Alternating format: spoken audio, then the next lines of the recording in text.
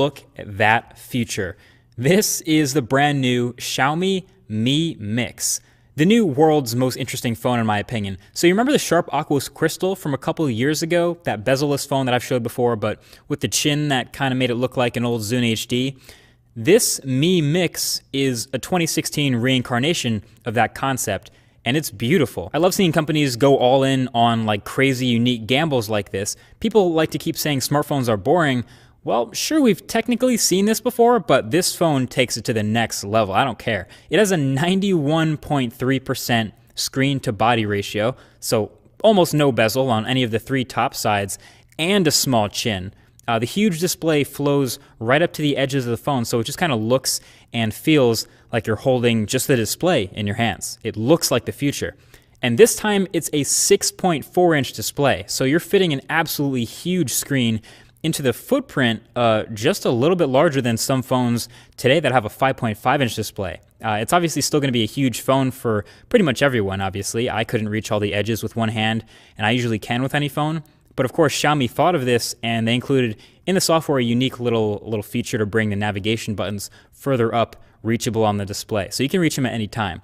Fun fact, this is also actually a 17:9 display, which is why videos don't completely fill it like they did with the Crystal, but pretty much everything else does, especially if you capture your own media.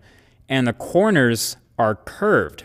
I don't know how much resolution from the official number you're going to be losing from this, but that curve, that is pretty. All four corners of the display are curved. And like I said, the chin isn't even that big this time. This feels much more 2016. You still have all your display drivers and your hardware and the front-facing camera and everything down there, but it's now all in a chin that's still smaller than the one in the Pixel, which isn't even bezel-less, obviously.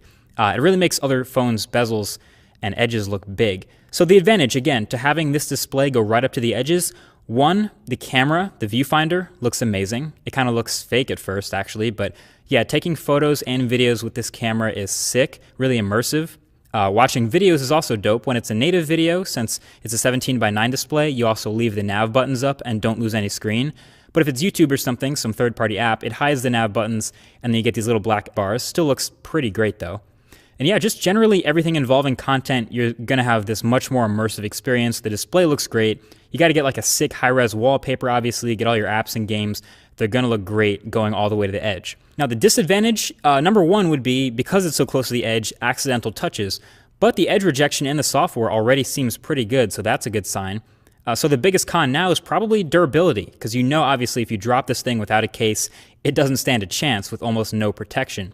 And this polished ceramic body is about the slipperiest phone of all time, seriously, and as far as I know, there's only one case for it, the one that comes in the box, and no skins for it, so really, it's incredibly slick. If you don't like the included case, you're out of luck, but I guess at least the one that it comes with is actually pretty nice at keeping the modern look and a pretty frameless image. Now, this is already miles past the Sharp Aquos Crystal as far as usability. You can see it's running Android with MyUI on top of it. We already saw the usability feature for having the big screen, and that's because this phone is actually going to be sold. It has a price, roughly $500, and a date that it's going to go on sale, November 4th. So this thing is real. The phone you're looking at, the one I'm holding right now, has a Snapdragon 821 chip, 6 gigabytes of RAM, 256 gigs of storage, a 24-bit high-quality DAC, dual SIM card trays, a 4,400 milliamp hour battery, and a 16-megapixel camera.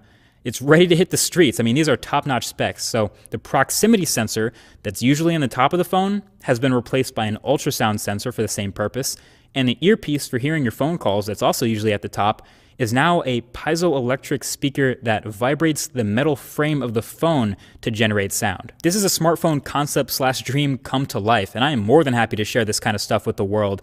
Again, an easy route for a company you've never heard of is to just build something that's really close to what's already familiar with people.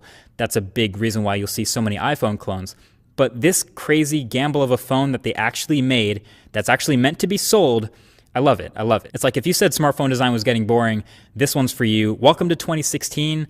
It's not even available in the US right off the bat, but I hope it does well enough over in China that they do bring it over here. I'm glad it exists. What do you think? Would you rock this? Just throw a Pixel launcher on it and call it a daily driver?